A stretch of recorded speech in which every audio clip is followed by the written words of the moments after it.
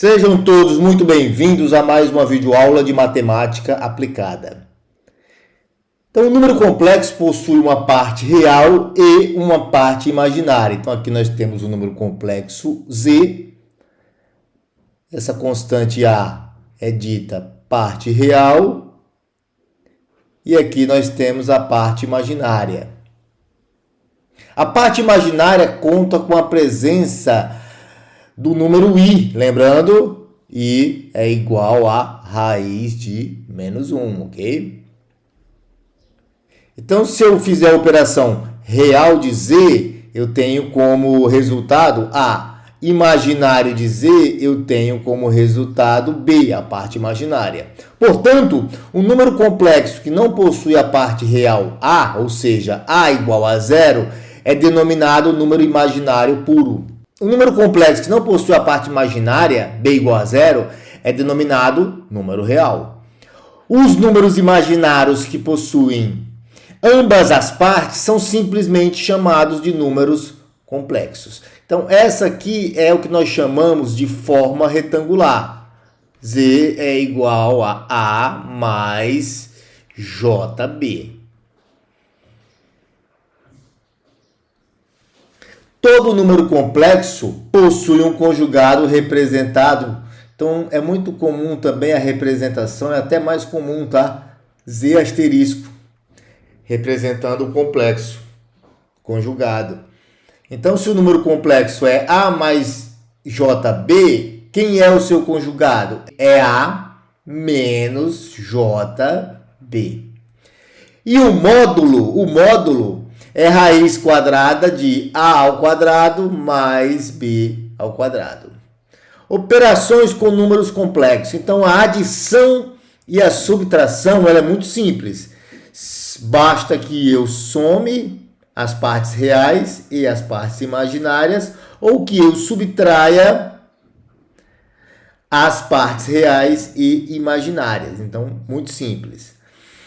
Multiplicação. Então, aplica-se a propriedade distributiva, vulgarmente conhecida como chuveirinho. Olha só, A multiplicado por C é AC. A multiplicado por JD é AD multiplicado por J. E assim por diante. Então, nós temos até aqui um exemplo. Na divisão, para dividir números complexos, deve-se multiplicar ambos os números pelo conjugado complexo do denominador. Então, se eu estou dividindo 3 mais J2 por 1 mais J, eu multiplico tanto o numerador quanto o denominador pelo conjugado desse número aqui, ó, 1 menos JI. E aí eu chego numa... Isso aqui, ó, é 2,5 menos J2, ok? Então, esse aqui é o resultado da divisão de 3 mais 2i por 1 mais i. Então, muitas vezes aqui eu uso i, que é o que está no material, eu uso j, mas lembrando que ambas as representações são possíveis. Então, o plano complexo, ele é muito importante, olha só. A reta das abscissas representa a parte real do número complexo. E a reta das ordenadas, a parte imaginária. Então, esse aqui é o que nós chamamos de plano complexo.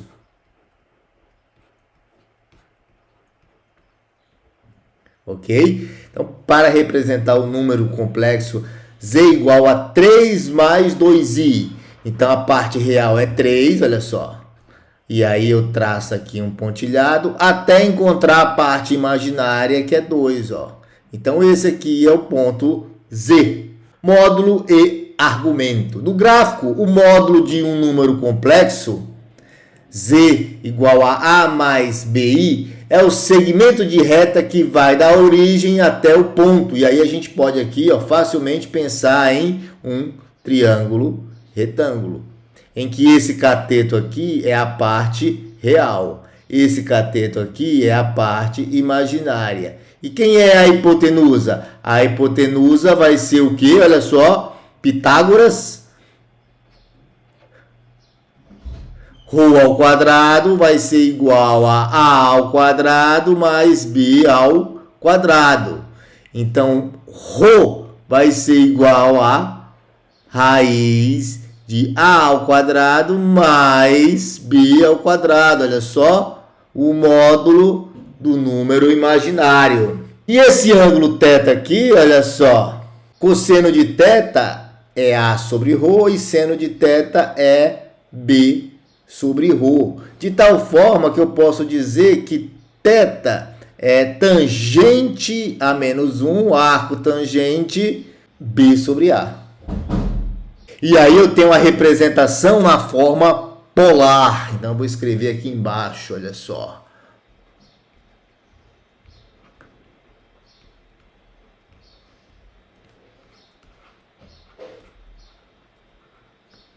Então, forma polar, eu tenho a representação do número complexo através do seu módulo e da sua fase. Forma trigonométrica. Então, utilizando essas relações que nós acabamos de mostrar, olha só, quem é esse cateto aqui, ó? A. Quem é A? Então, é essa projeção aqui, ó, e essa projeção é Rho cosseno de θ. Assim como B é a projeção da hipotenusa aqui na vertical. Então, é Rho seno de θ. De tal forma que o número complexo Z na forma trigonométrica é Rho que multiplica cosseno θ mais I que multiplica seno θ. E aí nós temos aqui as operações em que eu vou deixar aqui para o aluno fazer a leitura, mas eu vou só mencionar o seguinte, que a multiplicação e a divisão ela é muito mais fácil de ser obtida na forma polar, porque se eu tiver a multiplicação de dois números polares, por exemplo,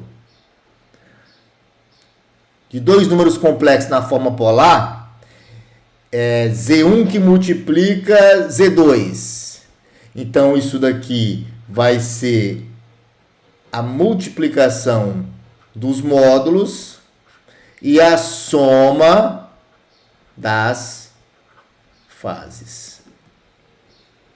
Então, muito simples multiplicar números complexos quando eles estão representados na forma polar. Então, a indicação que eu faço tá com a representação na forma retangular, vai somar ou subtrair, pode manter a representação na forma retangular.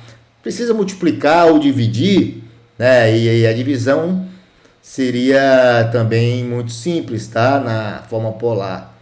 Então, vai multiplicar ou vai dividir, converte para a forma polar. Aqui estão as equações, olha só. Aqui uma para obter o módulo e outra para obter a fase. Facilmente eu tenho a conversão. Então, aqui eu vou ter a divisão dos módulos e a subtração das fases, ok? Eu agradeço a todos que assistiram a esta videoaula e até a próxima.